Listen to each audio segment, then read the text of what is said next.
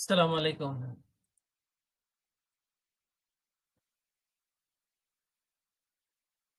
আসসালামু আলাইকুম ভাই। ওয়ালাইকুম আসসালাম। ভালো আছেন শাহজাহান ভাই? জি আলহামদুলিল্লাহ, ভালো আছেন ভাইয়া? হ্যাঁ, আছি ভালো। শোনা যাচ্ছে কথা ঠিকঠাক মতো? জি আলহামদুলিল্লাহ, ভালোভাবে কথা শোনা যাচ্ছে। আচ্ছা, দেখেন, আমরা মৌলিক ব্যবস্থাপনায় দ্বিতীয় অধ্যায় কিন্তু খুবই গুরুত্বপূর্ণ, কারণ দ্বিতীয় অধ্যায় থেকে প্রতি বছর প্রশ্ন আসে, প্রথম থেকে আসে, দ্বিতীয় থেকে আসে। তো দ্বিতীয় অধ্যায়ে অনেক সময় অনেকে লিখতে চান না, অনেক প্রশ্ন হয়তো দেখা যাচ্ছে দুইটা কমন পড়ছে, একটা পড়ে নাই বা একটু ঝামেলা মনে হয়। কিন্তু আমার কাছে যেটা মনে হয়, দ্বিতীয় অধ্যায়ের প্রশ্নগুলো প্রথম অধ্যায় বা অন্য যে কোনো অধ্যায় থেকে সহজে লেখা যাবে, নির্ভুলভাবে লেখা যাবে, এবং মার্কসও খুব বেশি আসবে। কারণ হচ্ছে অন্যান্য অধ্যায়গুলো হচ্ছে আপনার ব্যাপক আলোচনা থাকে, অনেকে নানান ভাবে লেখে, ভালো করে কেউ পড়ে না, বানায় লেখার চেষ্টা করে। আর দ্বিতীয় অধ্যায়টা অনেকটা টেকনিক্যাল, বিভিন্ন থিওরি আছে, বিভিন্ন মডেল আছে, এখানে অল্প কিছু প্রশ্ন লিখলে, অল্প কিছু কথা লিখলে আপনার সুন্দর একটা উত্তর হয়ে যায়। ঠিক আছে, আর এর উত্তরগুলো খুব বড় না। তো এই জন্য দ্বিতীয় অধ্যায়টা আপনারা একটু পড়বেন। আমি প্রথমে প্রথমে আমাদের যে ক্লাসগুলো শেষ হয়েছে 1 থেকে 9 অধ্যায় পর্যন্ত, সেখানে কিন্তু দ্বিতীয় অধ্যায় আমরা যে কটা প্রশ্ন পড়ছি ওর বাইরে 5টা প্রশ্ন আছে। তা 5টার একটা প্রশ্ন আমরা পড়ে ফেলছি, আপনাদের মনে পড়ে কিনা দেখেন, আমি বলি। চাহিদা সোপান তত্ত্ব, আব্রাহাম মাসলোর চাহিদা সোপান তত্ত্ব আমরা পড়ছি না? 5টা চাহিদা মানুষের, একটা পূরণ হলে আরেকটা আসে। আপনাদের মনে পড়ে? মনে পড়ে, অবশ্যই মনে পড়ে। হ্যাঁ, ওই প্রশ্নটা আমরা মৌলিক ব্যবস্থাপনার বোধহয় 8 কি 9 বা 7 অধ্যায় বোধহয় পড়ছিলাম। আর একই প্রশ্ন আবার সাংগঠনিক আচরণ একটা আছে, মাসলোর চাহিদা সোপান তত্ত্ব, আর এইখানে দ্বিতীয় অধ্যায় আছে। দ্বিতীয় অধ্যায় যেহেতু আপনার ব্যবস্থাপনার বিভিন্ন তথ্যাবলী, কাজেই অনেক তথ্য আছে যেগুলো আমাদের অন্যান্য বইতেও, বিশেষ করে মৌলিক ব্যবস্থাপনা এবং সাংগঠনিক আচরণে আছে। তো যাই হোক, এই জন্য আমরা আজকে চাহিদা সোপান তথ্যটা পড়বো না, এটা সহজ প্রশ্ন আগে পড়ছি। এখন 4টা প্রশ্ন আমি পড়বো, এবং 4টা খুব সহজ প্রশ্ন। দেখেন, বুঝতে পারলে আপনারা লিখতে পারবেন। তো 1 নম্বরে হচ্ছে প্রশাসনিক ব্যবস্থাপনা তথ্য। এটা তো আমরা বুঝলাম, প্রশাসনিক ব্যবস্থাপনা তথ্য কি, কথার শব্দের মাধ্যমে আমরা বুঝতে পারলাম যে বিষয়টা কি হতে পারে। 2 নম্বর প্রশ্ন আমরা পড়বো হচ্ছে আমলাতান্ত্রিক ব্যবস্থাপনা তথ্য। আমলা মানে তো যারা সরকারি কর্মকর্তা কর্মচারী, যারা রাজনীতির বাইরে, রাজনীতি দ্বারা পরিচালিত হয় কিন্তু রাজনীতি সরাসরি করেন না, এরা হচ্ছে আমলাতান্ত্রিক, আমলাতন্ত্র। আচ্ছা, আর 3 নম্বর প্রশ্ন হচ্ছে চাহিদা সোপান তথ্য, এটা বাদ দেবো আজকে। থিওরি এক্স এবং থিওরি ওয়াই। থিওরি এক্স এবং থিওরি ওয়াই যদি আপনার পড়া না থাকে, তাহলে আপনার কাছে মনে হবে এটা যেন অনেক কঠিন বিষয়, কারণ এই থিওরি এক্স থিওরি ওয়াই এর ভিতরে কি আছে বুঝি না তো উপর দিয়ে দেখলে। তো এটা খুবই সহজ একটা প্রশ্ন। থিওরি এক্স হচ্ছে আপনার, আমরা স্বভাবতই কাজ করতে চাই না, কাজে ফাঁকি দেই। আমাদের নিয়ন্ত্রণ না করলে, আমাদের খুব বেশি মোটিভেশন না দিলে, আমাদের জোর না করলে আমরা সাধারণত কাজ করতে চাই না। এটা সবাই, কি ঊর্ধ্বতন কর্মকর্তা কি শ্রমিক, সবারই একটা প্রবণতা কাজে ফাঁকি। এটা হচ্ছে থিওরি এক্স, এই জন্য কন্ট্রোল করে। আর থিওরি ওয়াই হচ্ছে মানুষ এমনিতেই কাজ করতে চায়, কারণ মানুষ মনে করে কর্মই জীবন এবং কাজই হচ্ছে স্বাভাবিক একটা জীবনের অংশ। কাজেই কাজ আসলে সেটা মাথা পেতে নিতে হবে এবং করতে হবে, কারণ কাজের জন্যই আমাদের পৃথিবীতে আমরা আসছি, কাজ করব, কাজ করতে করতে আমরা মারা যাবো, এটাই। এটা হলো ওয়াই। তো সহজ একটা বিষয়, থিওরি এক্স এবং থিওরি ওয়াই থেকে প্রশ্নে আসে কি, থিওরি এক্স কাকে বলে, থিওরি ওয়াই কাকে বলে, এবং এই দুটার মধ্যে পার্থক্য। ঠিক আছে, আরেকটা হচ্ছে সার্বিক মান ব্যবস্থাপনা। ঠিক আছে, টোটাল কোয়ালিটি ম্যানেজমেন্ট, TQM, এটা ম্যানেজমেন্টের একটা মডেল। এই মডেলটা আপনার এই আমাদের দ্বিতীয় সেমিস্টারের সম্ভবত মার্কেটিং ম্যানেজমেন্টের মধ্যে কোয়ালিটি, টোটাল মান ব্যবস্থাপনা বা TQM, এই মডেলটা আছে। অনেক মডেল আছে, তার মধ্যে একটা। তা আমরা এটা TQMটা বা সার্বিক মান ব্যবস্থাপনাটা, এটা আমরা এই মৌলিক ব্যবস্থাপনার তথ্যের মধ্যে এটা আছে। আপনারা এই সব প্রশ্ন নতুন বইতে পাবেন। এই 5টা চাহিদা সোপানটা বোধহয় নতুন বইতে নাই, বাকি 4টা নতুন বইতেই পাবেন। তবে নতুন বইতে যে অনেকভাবে লেখা, ওটাকে আমি সংক্ষিপ্ত করছি, বিভিন্ন মানে আপনাদের জন্য উপযোগী করছি। এই 4টা প্রশ্ন, এগুলো নোটে নাই। ঠিক আছে, নোটের আকার অনেক বড় হয়ে যাবে, এবং এগুলো কখনো এই পর্যন্ত আসে নাই, তবে নতুন বই থেকে প্রশ্ন হলে এইগুলো আসতে পারে। এই জন্য আপনাদের এগুলো না পড়ে অন্তত মৌলিক ব্যবস্থাপনা এবং মানব সম্পদ, এই সব প্রশ্ন যেগুলো আমি ওয়েব লিঙ্কে দিব, এগুলো না পড়ে আপনারা হলে যাবেন না। ঠিক আছে, কারণ যেহেতু নতুন বই আপনাদের দিচ্ছে, যে কোনো নতুন বই থেকে প্রশ্ন হইতেই পারে, হইলে এগুলো কিন্তু ইম্পর্টেন্ট। আর যেগুলো আমার নোটে আছে সেগুলো বরাবর পরীক্ষায় আসতেছে, আসবে, হয়তো আপনাদের ওইগুলো আসবে, এগুলো আসবে না যা এখন পড়াবো, কিন্তু যদি এসে পড়ে এই জন্য এগুলো পড়ে রাখা, জেনে রাখা জরুরি। এখন তাহলে প্রশাসনিক ব্যবস্থাপনা তথ্যটা পড়বো, এবং আমি এটা হচ্ছে আমার আমি যদি স্ক্রিন শেয়ার করি তাহলে আমার একটু ঝামেলা হয়, কারণ হচ্ছে এখানে আমি সরাসরি আমার ওয়েবসাইট থেকে ঢুকে বেশিক্ষণ আমি ওয়েবসাইটে আমি আমার ওয়েব পেজে আমি নিজে, মানে আমার ল্যাপটপ থেকে আমি ঢুকি না, ঢোকার টেকনিক্যাল সমস্যা আছে, রিস্ক আছে। এখন এই জন্য আমি ঢুকে স্ক্রিনে আমি দেখাইতে পারতেছি না, ঠিক আছে, কিন্তু আমি পড়বো হচ্ছে আমার কাছে যে পাণ্ডুলিপি আছে সেখান থেকে আমি পড়বো, এই জন্য আমি সরাসরি আপনাদের দেখাইতে পারি না। আপনারা প্রশাসনিক ব্যবস্থাপনা তথ্যের ওয়েব লিংকে যান, ওখান থেকে আমরা লাইন বাই লাইন পড়বো। এখানে দেখেন আমি লাস্টে 5টা লিংক দিয়ে দিছি। একটা হচ্ছে দেখেন এখানে প্রশাসনিক ব্যবস্থাপনা তথ্যটা হচ্ছে লাস্টে হেনরি ফেওলের প্রশাসনিক ব্যবস্থাপনার 6টি কার্যাবলী, এটাই যান।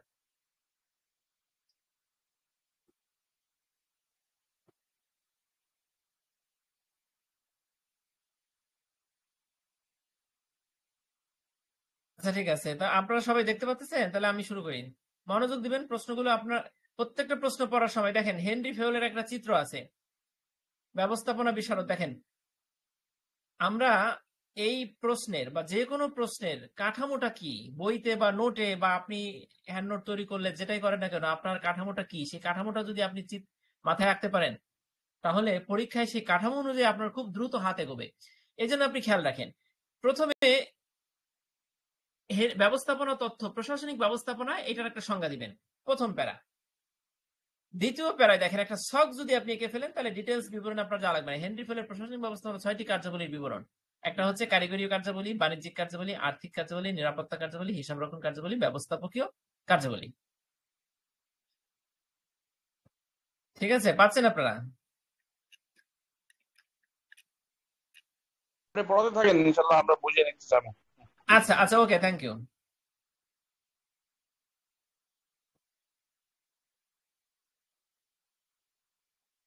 তারপরে নিচে হচ্ছে ব্যাখ্যা এবং শেষে হচ্ছে উপসংহার। উপসংহারটা বড় করে আছে এখানে, আপনি লিখতে গেলে অন্তত ছোট হবে আপনার।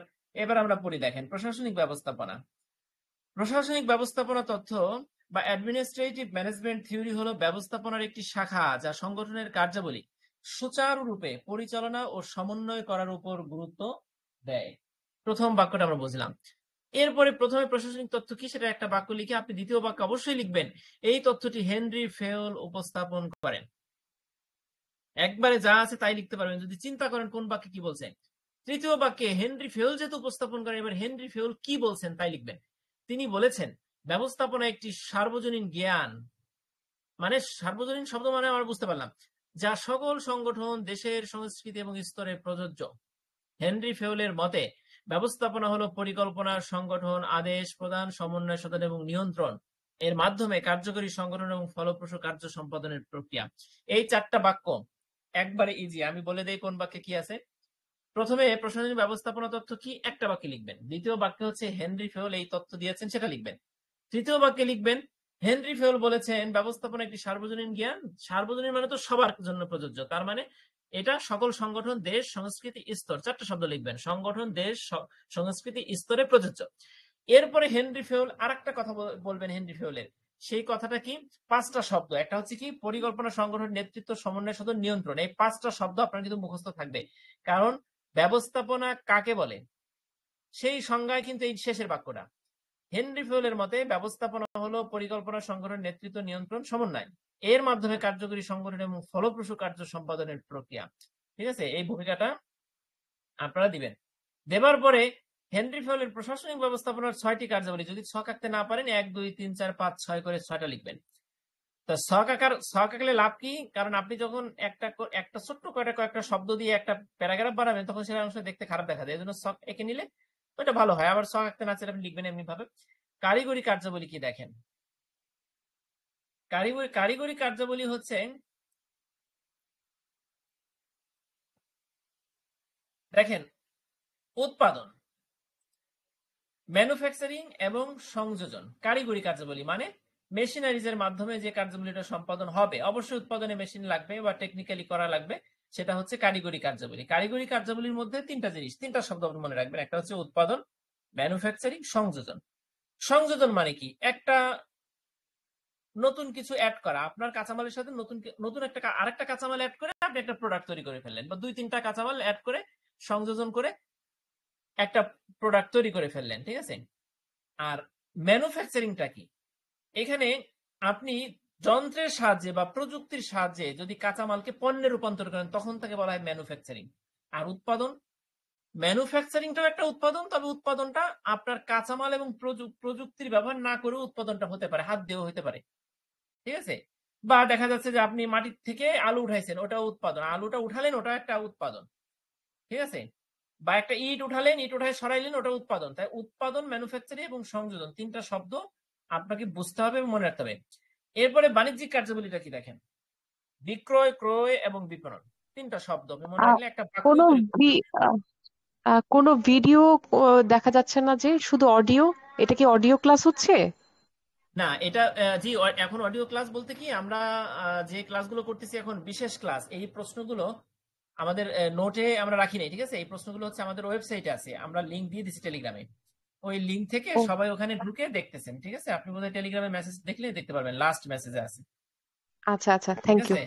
আচ্ছা, আমরা এখন পড়তেছি হচ্ছে হেনরি ফেওলের প্রশাসনিক ব্যবস্থাপনার 6টি কার্যাবলী, লিংকের শেষেরটা। আচ্ছা, তাইলে আর্থিক কার্যাবলীটা কি? মূলধনের অনুসন্ধান এবং কাম্য ব্যবহার। আপনার যে মূলধন প্রতিষ্ঠানে আপনি বিনিয়োগ করছেন, সেটার অনুসন্ধান, কোথা থেকে মূলধন জোগাড় করবেন, আর এই মূলধনটা আপনি কিভাবে ব্যবহার করবেন, সেটাই হচ্ছে কাম্য ব্যবহার, ঠিক আছে? মূলধন বলতে আপনি নগদ অর্থকে বোঝান, তাহলে এটা আর্থিক কার্যাবলীর মধ্যে পড়ে। এরপরে 4 নম্বরে হচ্ছে নিরাপত্তা কার্যাবলী, অর্থাৎ সম্পদ এবং ব্যক্তির নিরাপত্তা। আপনার যে সম্পদ আছে প্রতিষ্ঠানে, সেই সম্পদের নিরাপত্তা এবং যারা সম্পদ প্রক্রিয়াকরণ করে উৎপাদন করতেছে তাদের নিরাপত্তা, এই 2টা। আর হিসাব রক্ষণ কার্যাবলী হচ্ছে সব ধরনের আপনার আয়, ব্যয়, লভ্যাংশ যত কিছু হবে, সেই সব কিছুর হিসাব নির্বাহ করা হচ্ছে হিসাব রক্ষণ কার্যাবলী, ঠিক আছে? এই হিসাব রক্ষণ কার্যাবলীর মধ্যে আছে দেখেন স্টক টেকিং, মানে হচ্ছে স্টকটা গোনা, স্টকে কি কি আছে না আছে সেটার হিসাব রাখা, হিসাব নেওয়ার প্রক্রিয়া, ঠিক আছে? আরেকটা হচ্ছে উদ্বৃত্ত পত্র বা ব্যালেন্স শিট, ঠিক আছে? এটা হলো কি, এই ব্যালেন্স শিট হচ্ছে একটা আর্থিক বিবরণী, মানে প্রতিষ্ঠানের আয়, ব্যয়, সম্পদ, মালিকানের সবকিছু একটা বিবরণীকে বলা হয় ব্যালেন্স শিট। এখন এই ব্যালেন্স শিট বা উদ্বৃত্ত পত্র, এইটার মধ্যে ব্যালেন্স শিটটা কি, যারা কমার্স ব্যাকগ্রাউন্ডে তারা ভালো জানেন। আপনার যে প্রতিষ্ঠানের যে নির্দিষ্ট যে একটা আয়, সেখান থেকে আপনার যে এটা, আচ্ছা আমি সহজে বলি আপনাদের, যে সম্পদ, দায় এবং মালিকানা, এই 3টার যে অবস্থা আপনি আপনার প্রতিষ্ঠানে দেখাবেন, সম্পদ, দায় এবং মালিকানা, এই 3টাই হলো ব্যালেন্স শিট বা উদ্বৃত্ত পত্র, ঠিক আছে? আচ্ছা, আরেকটা হচ্ছে ব্যয় নির্বাহ। ব্যয় নির্বাহ তো আমরা বুঝতে পারলাম যে প্রতিষ্ঠানের যে উৎপাদন করতে গিয়ে যে ব্যয়টা হয়, বিপণন করতে গিয়ে যে ব্যয়টা হয়, বা মানে মানব সম্পদের পিছনে যে ব্যয়টা হয়, সার্বিক ব্যয়টাই হচ্ছে আপনার ব্যয় নির্বাহ। তো এই 3টা কাজ হচ্ছে হিসাব রক্ষণ কার্যাবলীর। আরেকটা হচ্ছে পরিসংখ্যান তৈরি। এখানে অনেকগুলো, এই শব্দগুলো আপনাকে এখানে নির্দিষ্ট করছে আমি এই কারণে, যে এই শব্দগুলো যদি মনে থাকে তাহলে একটা বাক্য হয়ে যাবে, একটা প্যারাগ্রাফ হয়ে যাবে, ঠিক আছে? কাজে আমাদের পুরো বড় বড় একটা প্যারাগ্রাফ পড়ার কোনো দরকার নেই, আমরা কতগুলো কিওয়ার্ড মনে রাখবো। আচ্ছা, লাস্ট 6 নাম্বারটা হচ্ছে ব্যবস্থাপকীয় কার্যাবলী, অর্থাৎ ব্যবস্থাপকীয় কার্যাবলী মানে হচ্ছে ম্যানেজমেন্টের যে কাজটা। ম্যানেজমেন্ট কি কাজ করে বলেন তো? 6টা শব্দ। একটা হচ্ছে কি, পরিকল্পনা, সংগঠন, নেতৃত্ব, নিয়ন্ত্রণ, সমন্বয়। পরিকল্পনা, সংগঠন, নেতৃত্ব, নিয়ন্ত্রণ, সমন্বয়, যে 6টা নিচে আছে 6 নাম্বারে। তাহলে আমরা বুঝতে পারলাম হেনরি ফেওলের প্রশাসনিক ব্যবস্থাপনার 6টি কার্যাবলী। এবার দেখেন, আমার কিন্তু প্রশ্নটা কিন্তু খুব বড় হয় নাই। এখন 8 মার্কের প্রশ্ন আসলে আপনাকে তার একটু কিছু লেখা লাগতে পারে। লাস্টে যে প্যারাগ্রাফটা দেখতে পাচ্ছেন, ওটা কিন্তু উপসংহার। আমরা ব্যাখ্যা অংশটা দেখি, এখানে ব্যাখ্যায় কি আছে একটু দেখি। নির্দিষ্ট নীতিমালা, হেনরি ফেওল যে নীতিগুলো প্রণয়ন করেছেন, যা প্রতিষ্ঠানের সুষ্ঠু পরিচালনার জন্য নির্দেশনা দেয়। সাংগঠনিক কার্য বিভাজন, কাজের সুষ্ঠু ভাগ, কাজকে বিভিন্ন ডিপার্টমেন্ট ওয়াইজ ভাগ করে দেওয়া, এইটার মাধ্যমে দক্ষতা এবং দায়িত্ব স্পষ্ট হয়। সাংগঠনিক কাজটা কি, হেনরি ফেওল 5টি সাংগঠনিক কাজের কথা বলেছেন, মানে ব্যবস্থাপনার কার্যাবলী, যে 6 নম্বরে আমরা পড়লাম, সেটা কি, ওই যে সেই 7টা শব্দ, পরিকল্পনা, সংগঠন, আদেশ প্রদান, সমন্বয় এবং নিয়ন্ত্রণ। আর ব্যবস্থাপনার সার্বজনীনতা মানে হচ্ছে ব্যবস্থাপনা, দেশ বলেন, জাতি বলেন, পরিবার বলেন, মুদির দোকান বলেন, ব্যবসা, বড় মাল্টিন্যাশনাল বলেন, যে কোনো সরকারি প্রতিষ্ঠান, সেবামূলক, মসজিদ, সব প্রতিষ্ঠানে কি আছে, ব্যবস্থাপনা আছে। সেই জন্য ব্যবস্থাপনা সার্বজনীন। ফলাফলটা কি, উপরের সব নীতি এবং কাজের মাধ্যমে একটা কার্যকর এবং ফলপ্রসূ সংগঠন গঠন করা সম্ভব, যা কি করবে, দক্ষতা বাড়াবে এবং নির্দিষ্ট লক্ষ্য, প্রতিষ্ঠানের যে লক্ষ্য, সেই লক্ষ্যটা অর্জন করতে আপনাকে কি করবে, সহযোগিতা করবে। তাহলে দেখেন, হেনরি ফেওলের 6টি কার্যাবলী আর হচ্ছে ব্যাখ্যা, আপনি 5টা ব্যাখ্যা ছোট ছোট বাক্যে এইগুলো লিখলে আপনার এই প্রশ্নটা হয়ে যাবে। প্রশ্নটা যেভাবে আসে আপনি বুঝে সেভাবে লিখবেন, ঠিক আছে? তাহলে এই প্রশ্নটা যদি আমাদের মোটামুটি হয়ে থাকে, তাহলে আমরা নেক্সট প্রশ্নে যাব। ঠিক আছে, যারা দশম ব্যাচের আছেন তাদের কিন্তু এই প্রশ্নগুলো তাদের জন্য আসার সম্ভাবনা কিন্তু খুব বেশি, কারণ নতুন বই পাওয়ার পরে আমরা অষ্টম ব্যাচে আমাদের আসে নাই। নবম ব্যাচে যদি না আসে, তাহলে দশম ব্যাচ থেকে নিশ্চয়ই নতুন বইয়ের আলোকে পরীক্ষা টরীক্ষা শুরু হওয়ার কথা। ঠিক আছে, এই জন্য আপনারা এই প্রশ্নগুলো খুব মনোযোগ দিয়ে পড়বেন। তাহলে আমরা নেক্সট প্রশ্নে যাচ্ছি। নেক্সট প্রশ্নটা কি? আমলাতন্ত্র। হ্যাঁ হ্যাঁ, ঠিক আছে, থ্যাংক ইউ। ওই সিরিয়াল ধরে বলবেন আর কি, ওই যে আমাদের যে শিডিউল যেখানে আছে ওইখান থেকে দেখে দেখে বলবেন। আমলাতান্ত্রিক ব্যবস্থাপনা তত্ত্ব।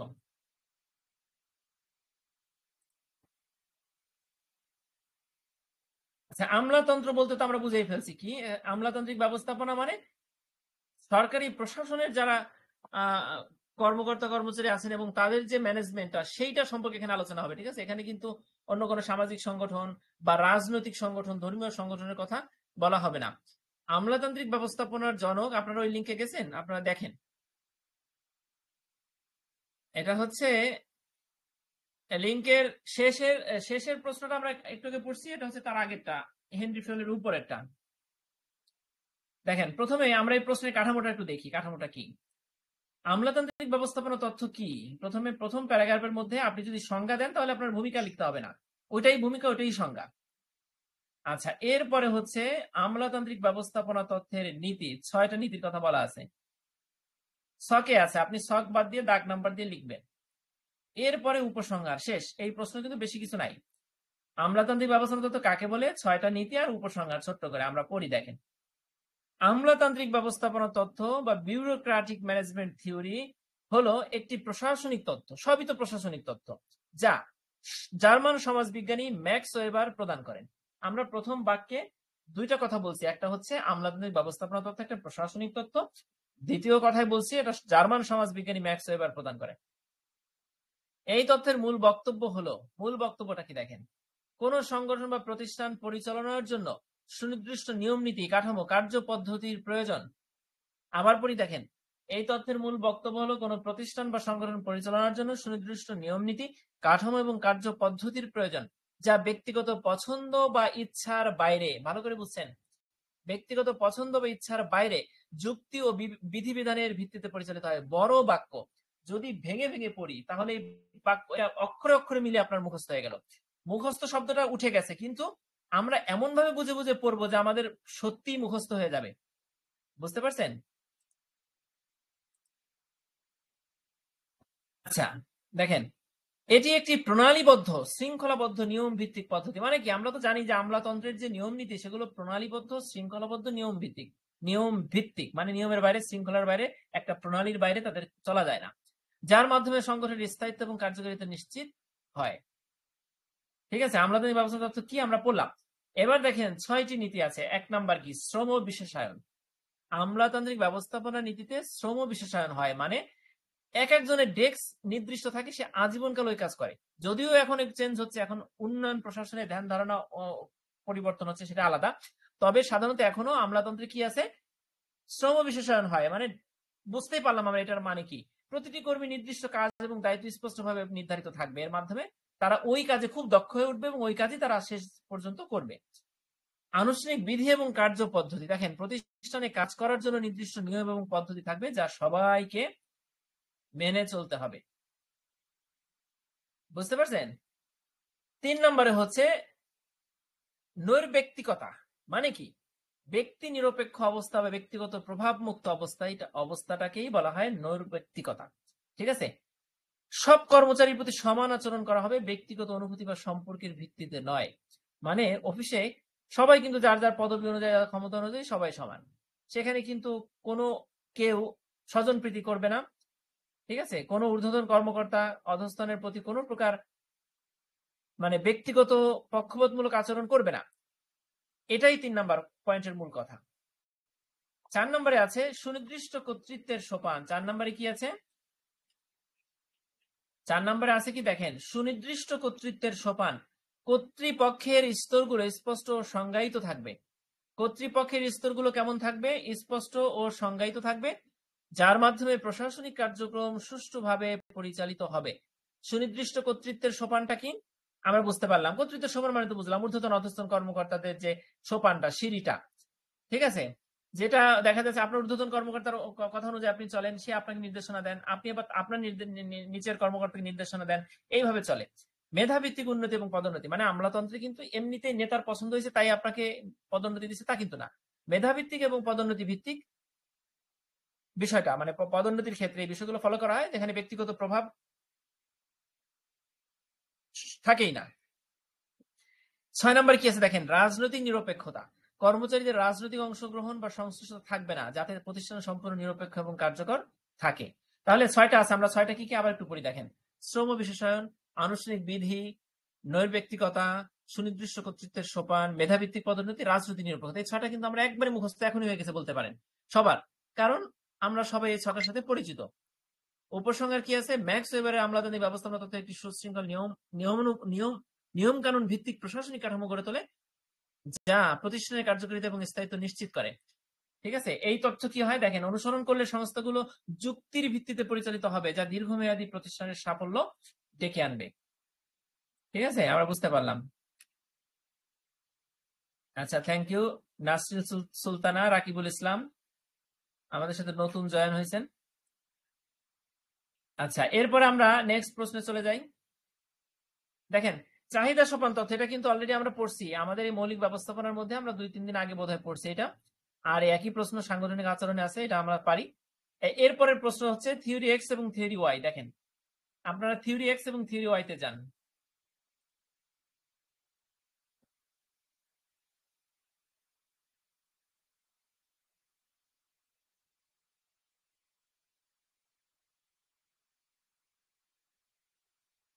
থিওরি এক্স এবং থিওরি ওয়াই কি, এর ব্যবস্থাপনায় গুরুত্বটা কি, আমরা এটা পড়বো।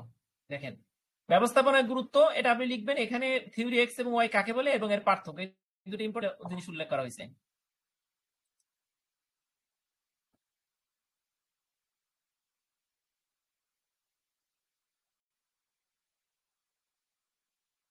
দেখেন, থিওরি এক্স, থিওরি ওয়াই, এখানে এই ওয়েব লিঙ্ক গুলো পার্মানেন্ট এবং নিরাপদ। আপনারা এখান থেকে পরীক্ষার আগের দিন পর্যন্ত এই প্রশ্নগুলো এখানে পাবেন ইনশাআল্লাহ। ঠিক আছে, এখান থেকে রিমুভ হবে না, এখান থেকে আপনারা পড়তে পারবেন, এখান থেকে যখন প্রয়োজন তখন নিতে পারবেন। ঠিক আছে, বোধহয় ইয়া করা যায় না, টেক্সট কপি করা যায় না।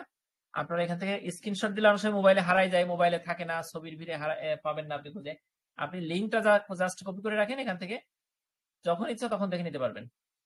দেখেন, থিওরি এক্স এবং থিওরি ওয়াই কি। থিওরি এক্স এবং থিওরি ওয়াই হলো ডগলাস ম্যাকগ্রেগর কর্তৃক প্রস্তাবিত দুটি ব্যবস্থাপনা ও মানব সম্পদ পরিচালনার তথ্য। উপরের ভূমিকাটা খুবই গুরুত্বপূর্ণ। দেখেন, সংজ্ঞা, থিওরি এক্স এবং থিওরি ওয়াই হলো ডগলাস ম্যাকগ্রেগর কর্তৃক প্রস্তাবিত দুটি ব্যবস্থাপনা ও মানব সম্পদ পরিচালনার তথ্য। কি তথ্য ভাই? ব্যবস্থাপনা ও মানব সম্পদ পরিচালনার তথ্য, যা কি করে দেখেন, মানুষের কাজের প্রতি মনোভাব এবং ব্যবস্থাপকের নেতৃত্ব ধারার ধরনকে ব্যাখ্যা করে। দুটা জিনিস, একটা হচ্ছে কাজের প্রতি আপনার আমার মনোভাব কি, আর আপনাকে আমাকে যিনি নিয়ন্ত্রণ করবেন সেই ব্যবস্থাপকের নেতৃত্ব ধারাটা কেমন, এই দুটা জিনিস। আর এই তথ্যটা কি কি তথ্য? ব্যবস্থাপনা ও মানব সম্পদ পরিচালনার তথ্য। আর কে প্রস্তাব করেন, কার প্রণীত তথ্য এটা? Douglas McGregor. ঠিক আছে, আচ্ছা, এবার আমরা থিওরি এক্স কি আমরা দেখি। দেখেন, থিওরি এক্স হলো এমন একটি দৃষ্টিভঙ্গি যেখানে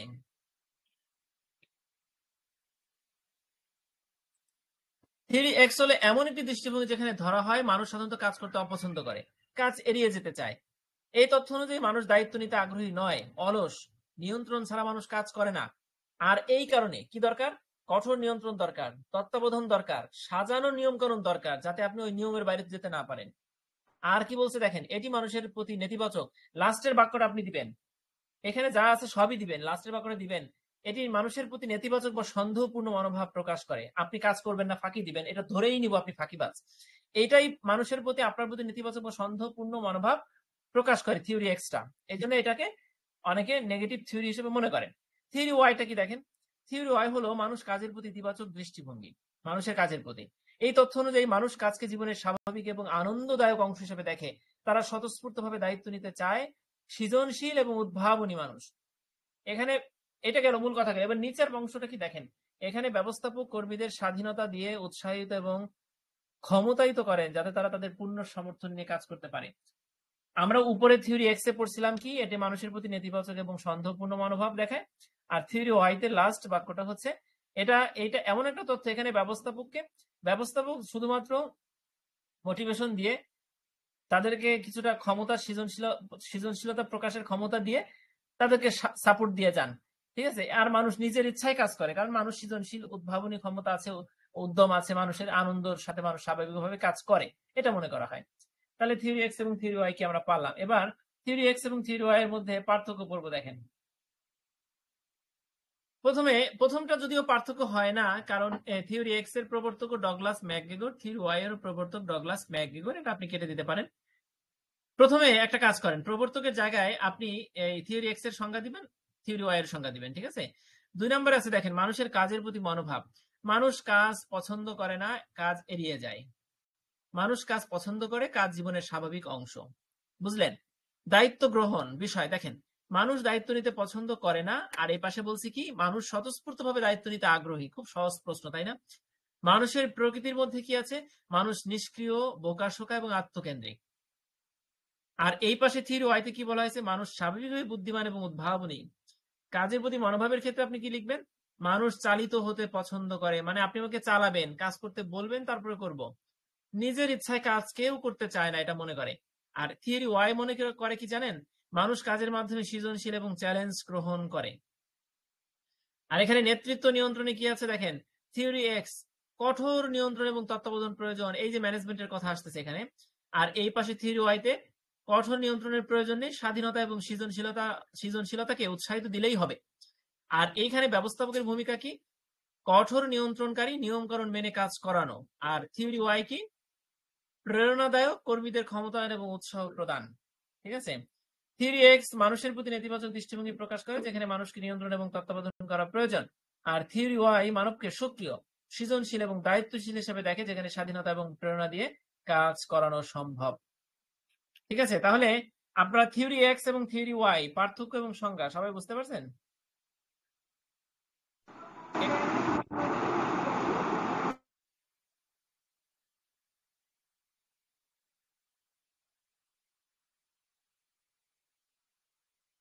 আচ্ছা, থ্যাংক ইউ। আচ্ছা, আমাদের সাথে আজকে আরো অনেকে নতুন জয়েন হয়েছেন, সবাইকে অনেক ধন্যবাদ। রেজওয়ানা, ফাহাদ, এম এ ফাহাদ, রাকিবুল আলম, আচ্ছা থ্যাংক ইউ। তাহলে আমরা এটা পারলাম, থিওরি এক্স এবং থিওরি ওয়াই। এটা কিভাবে আসবে? সংজ্ঞা, থিওরি এক্স এর বৈশিষ্ট্য, ওয়াই এর বৈশিষ্ট্য অথবা পার্থক্য। আপনি শুধুমাত্র সংজ্ঞাটা আর পার্থক্যটা পড়লে আপনি যা সেখান থেকে দুনিয়ার সবই আপনি লিখতে পারবেন, ঠিক আছে। থিওরি এক্স এবং ওয়াই এটার প্রবর্তক হচ্ছে ডগলাস ম্যাকগ্রেগর। আপনি এই পার্থক্যটা ছকে সুন্দর করে দেওয়া আছে, এখান থেকে পড়ে নেবেন।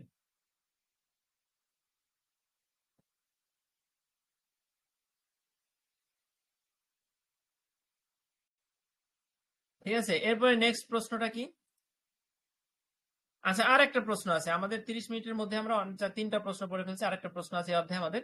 তাহলে দ্বিতীয় অধ্যায়ের বিশেষ কোর্স শেষ হয়ে যাবে। দ্বিতীয় অধ্যায়ে আমরা বিশেষভাবে আমরা কয়টা প্রশ্ন পড়লাম? 5টা প্রশ্ন পড়লাম। তার একটা আমরা আগেই পড়ছি, আর আজকে 4টা পড়বো। দেখেন, সার্বিক মান ব্যবস্থাপনা, এটা কিন্তু সেকেন্ড সেমিস্টারের একটা মডেল, কিউটিএম, টোটাল কোয়ালিটি ম্যানেজমেন্ট। এটা এই ফার্স্ট সেমিস্টারে এই বইতে আছে, দ্বিতীয় অধ্যায়ে আছে।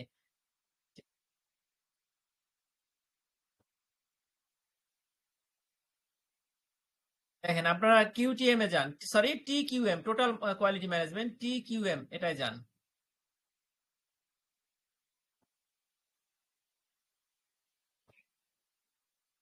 দেখেন, সার্বিক মান ব্যবস্থাপনা কি? প্রথমে সংজ্ঞা, টোটাল কোয়ালিটি ম্যানেজমেন্ট বা টিকিউএম। পরীক্ষা এভাবে আসতে পারে, টিকিউএম কি? তখন যদি আপনি সার্বিক মান ব্যবস্থাপনা পড়েন নাই বা কোনো মতে পড়ছেন, টিকিউএম আসলে আপনি ওটা বুঝতে পারলেন না। হ্যাঁ, এই জন্য একটু ভালো করে দেখবেন। এরপরে দেখেন, সার্বিক মান ব্যবস্থাপনার উপাদান কয়টা উপাদান আছে এখানে বলেন তো? 3টা। এই প্রশ্নটা শেষ। মান ব্যবস্থাপনা কাকে বলে? তিনটা উপাদান, আপনি 1 2 3 লিখে অথবা ছকে, এগুলো তো পার্থক্য না, আপনি 1 2 3 লিখেই লিখেন। আচ্ছা, আর হচ্ছে উপসংহারটা দিয়ে দেন, তাহলে এই প্রশ্নটা আপনার হয়ে গেল।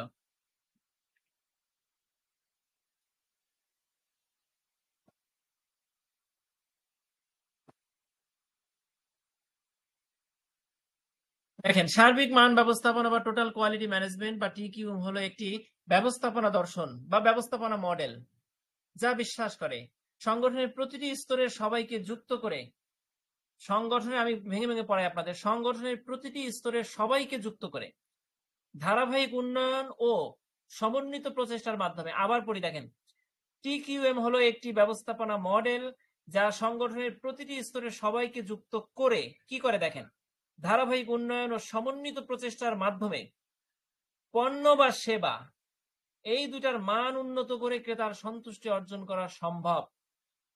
প্রথম বাক্যটা বুঝতে পারছেন?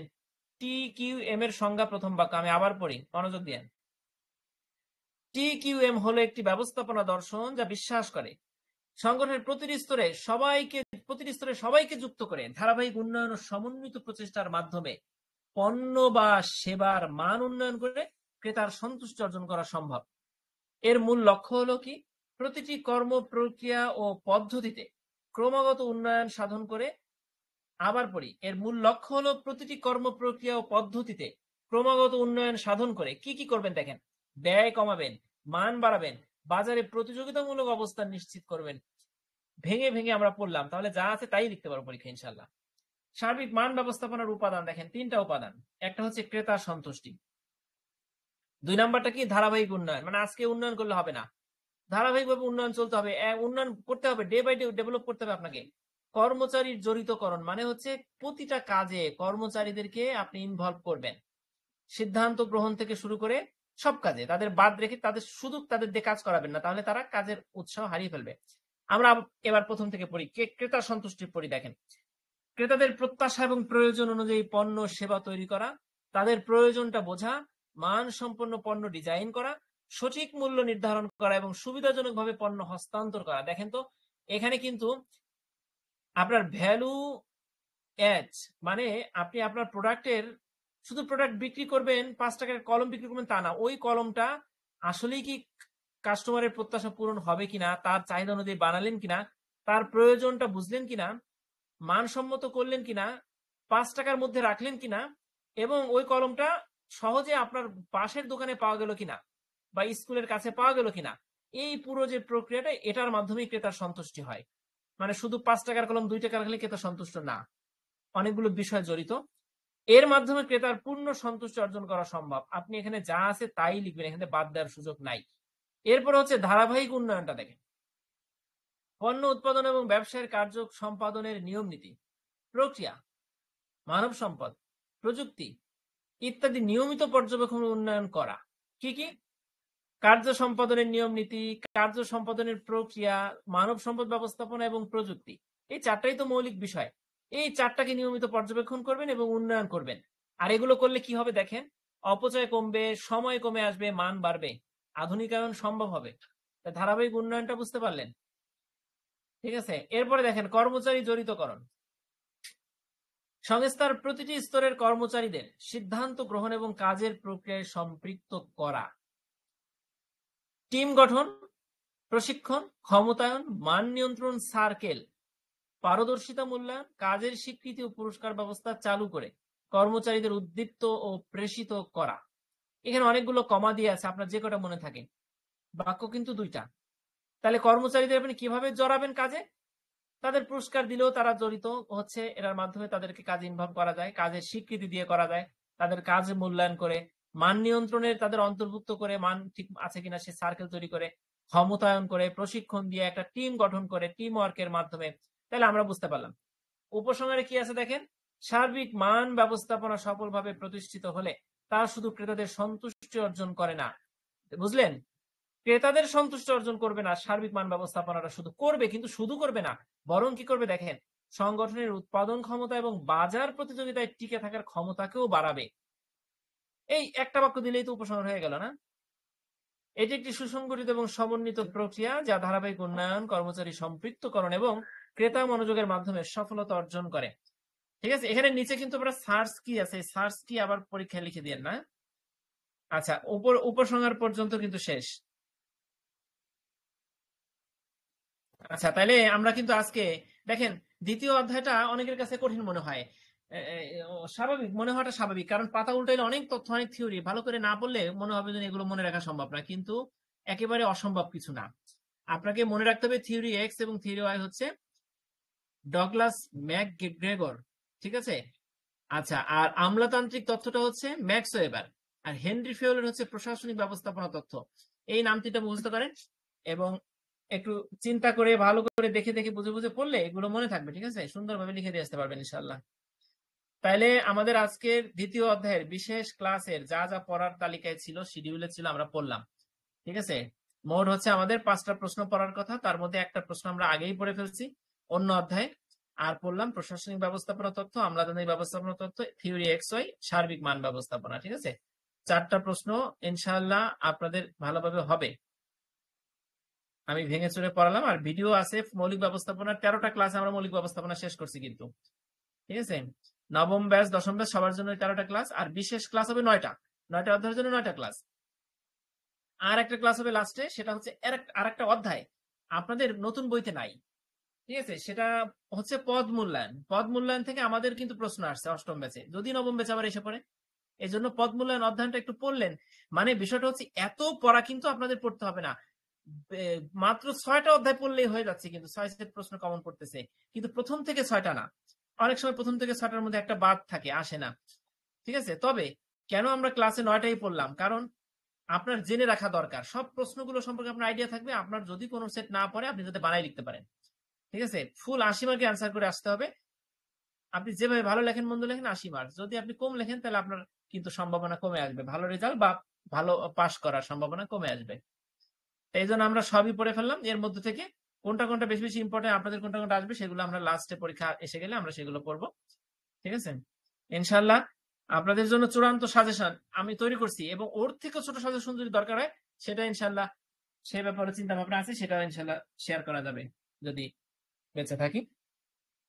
তাই হলো আমাদের আজকে ক্লাস, তাহলে এখানেই আমাদের শেষ হবে। আমাদের 10টা থেকে কর্পোরেট ফিনান্স, আপনারা যারা নবম ব্যাচের, যারা দশম ব্যাচের, সরি নবম এবং দশম ব্যাচের যারা আছেন ফার্স্ট সেমিস্টারে, যারা সেকেন্ড সেমিস্টারের ক্লাস আমাদের সাথে অষ্টম ব্যাচের সাথে করেন, ঠিক আছে, কারণ আপনারা তো শুরু করে দিচ্ছেন নবম ব্যাচের ক্লাস। আপনাদের জন্য বলে রাখি, সেটা হচ্ছে আজকে আমরা কর্পোরেট ফিনান্স ধরবো, নতুন বই। এর আগে আমরা উচ্চতর হিসাব বিজ্ঞান পড়ছি, বিপণন ব্যবস্থাপনা পড়ছি, কার্য ব্যবস্থাপনা পড়ছি। 3টা বইয়ের প্রথম 2টা অধ্যায় আমরা শেষ করে ফেলছি। ওটার ভিডিও আছে, ওই ভিডিওগুলো দেখে পড়বেন, খুব ভালোভাবে শেষ হবে আপনাদের 2টা অধ্যায়।